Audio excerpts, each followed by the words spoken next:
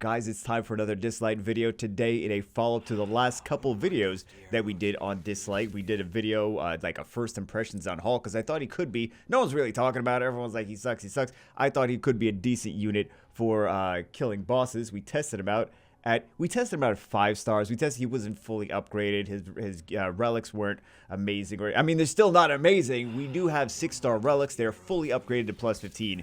They're not amazing, though. We still have room for improvement. I can't get War Machine crit damage relics to save my, like, not even 5 stars. Not even 5. I'll show you guys in a second what I'm talking about. But I was like, he could be a decent unit against bosses. Not a unit for PvP, just a decent unit for bosses. So we 6-starred him in the other beginner's grind, whatever thing. We are completely maxed on skills. I mean, he's just a rare. He's not very hard to get maxed on skills. I think we're missing 1 resonance. Yeah, we're missing 1 resonance. I stuck everything into attack. You can actually see at the very top that he's missing 1 resonance as well. So he is on attack, HP, and crit rate over here. Here are the other stats for these relics. They're all, like I said, they're all plus 15, all 6-star relics. I can't, for the life of me, get any crit damage on War Machine. As I've mentioned, we do have some crit damage. We have two crit damage relics over here, but I mean they're not amazing either. Like, we do want some accuracy on him specifically, but I cannot get any.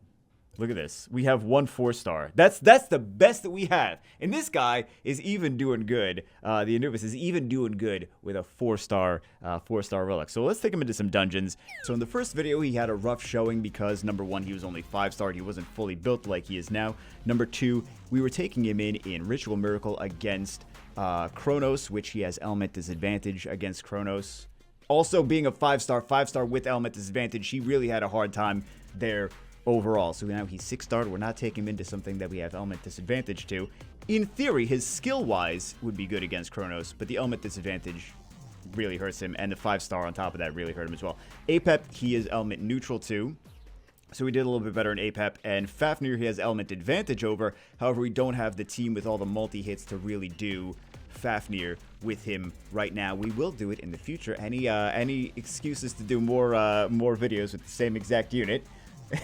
It's more laziness for me. So we're going to take him in here to Flow Runner because he has element advantage over Flow Runner, which should, and he's good against bosses, right? Actually, he's going to do, you're going to see how much continuous damage he does. We don't even have a healer in the team. We have that. We have damage over here. We have damage over here. We have support unit that's going to attack buff, crit buff, AP buff.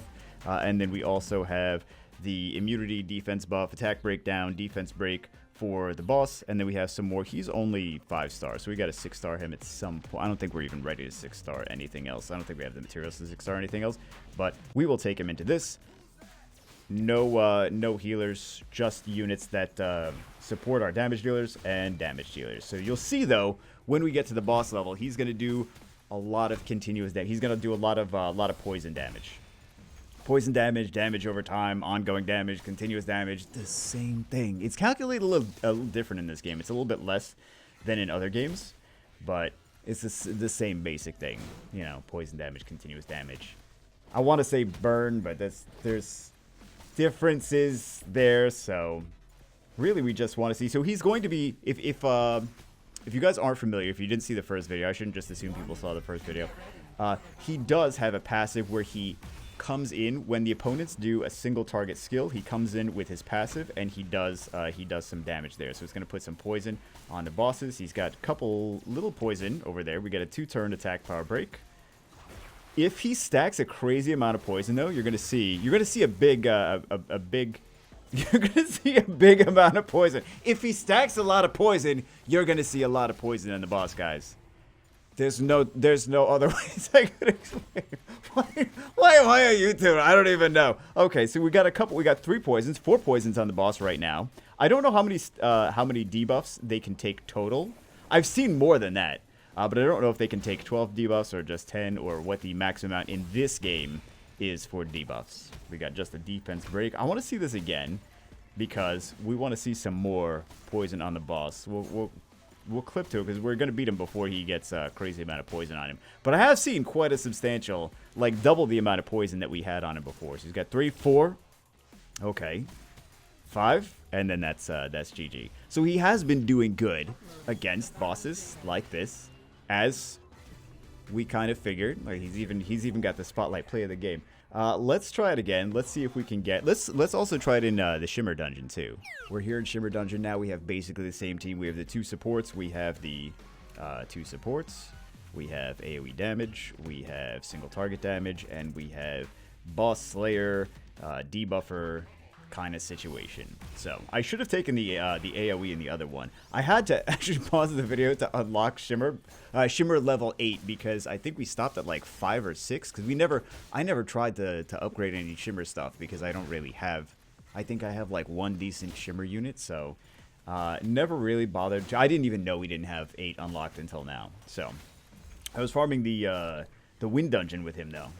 Because he's element neutral to the Wind Dungeon, so I was farming that yesterday. It's not open right now, but I just wanted to show in more than just one dungeon, right? So he's element neutral over here, so we can see all of the poison damage, continuous damage, poison damage, whatever. We have the defense breaks, so we can just do big damage with the Anubis. So, I mean, you could take that approach with any boss though, any big single target crazy damage. I highly recommend him. I mean, I'm not the only one highly recommending him. He does so much damage though. He's a really solid unit, and the game just gives him to you. He's super easy to upgrade. The game just gives him to you at the very beginning. You really can't go wrong. So we see some continuous damage there. So far, we got attack breaks, we got defense breaks. Mistletoe Hunter up. There's Mistletoe Hunter up. Mistletoe Hunter is passive. His passive. So, more continuous. Look at all that continuous damage. Tick down on the boss. That's what he's there for. So, the initial theory was that he was going to be good for bosses. We took him in as 5-star in places that he had element disadvantage, and he didn't do well. Then we take him in as a 6-star to places that make more sense for him, and he's doing perfectly fine. So, the initial theory was correct that he is actually decent against bosses. So there you go. Anyway, that's it. Like I said, this is the first time we've done Shimmer 8. Don't judge me. There's nothing. We didn't have anything to upgrade. We didn't need the Shimmer discs for anything. Anyway, just wanted to give you guys a little update on him. He's actually not as bad as he has some value. He has some value as a boss slayer. He's not as bad as initially thought. He's a decent unit to build. So anyway, but you can't take him everywhere. Yeah, he's not for Kronos. Anyway, that's it for this one. Hope you guys enjoyed it. I will see you as always in the next one, and we will definitely take him into Fafnir as soon as we have a crazy multi-hit Fafnir team.